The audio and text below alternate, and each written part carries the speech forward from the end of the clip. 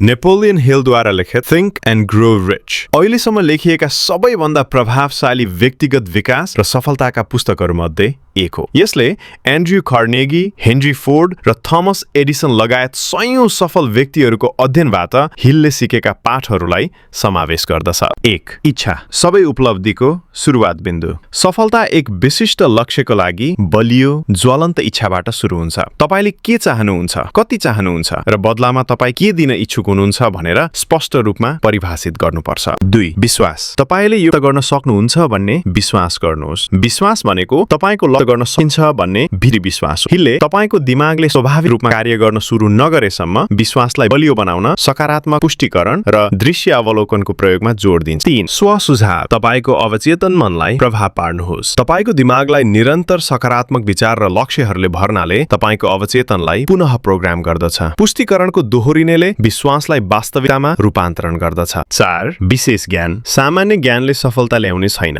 तपाईको लक्ष्यहरूसँग सान्दर्भिक विशेष व्यावहारिक ज्ञानले सफलता ल्याउनेछ।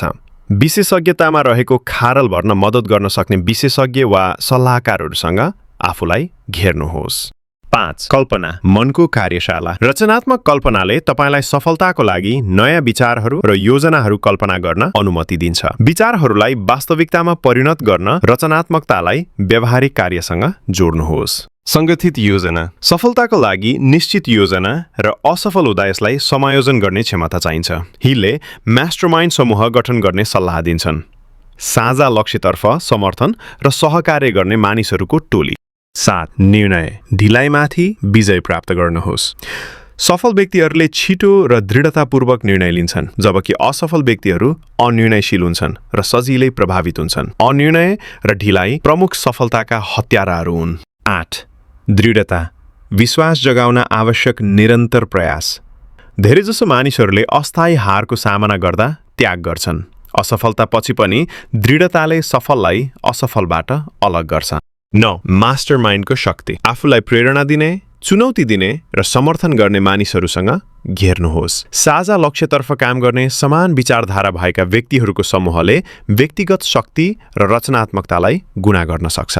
10. अवचेतन मन र अनन्त बुद्धिमत्तासँगको सम्बन्ध तपाईको अवचेतन मनले तपाईलाई बुद्धिमत्ता वा अन्तर्ज्ञानको ठूलो स्रोतसँग जोड्छ। निरन्तर सकारात्मक सोच मार्फत प्रशिक्षित हुँदा यसले तपाईलाई सही कार्यहरू र अवसरहरूतर्फ मार्गदर्शन गर्दछ। बोनस अन्तर्दृष्टि हिलले यौन ऊर्जाको रूपान्तरण, उत्पादक लक्ष्यहरूतर्फ रचनात्मक ऊर्जाको पुनर्निर्देशन र डरलाई नियन्त्रण गर्ने महत्त्वमा पनि जोड दिन्छन्, जसलाई उनी सफलताको सबैभन्दा ठूलो बाधाको रूपमा पहिचान गर्छन्।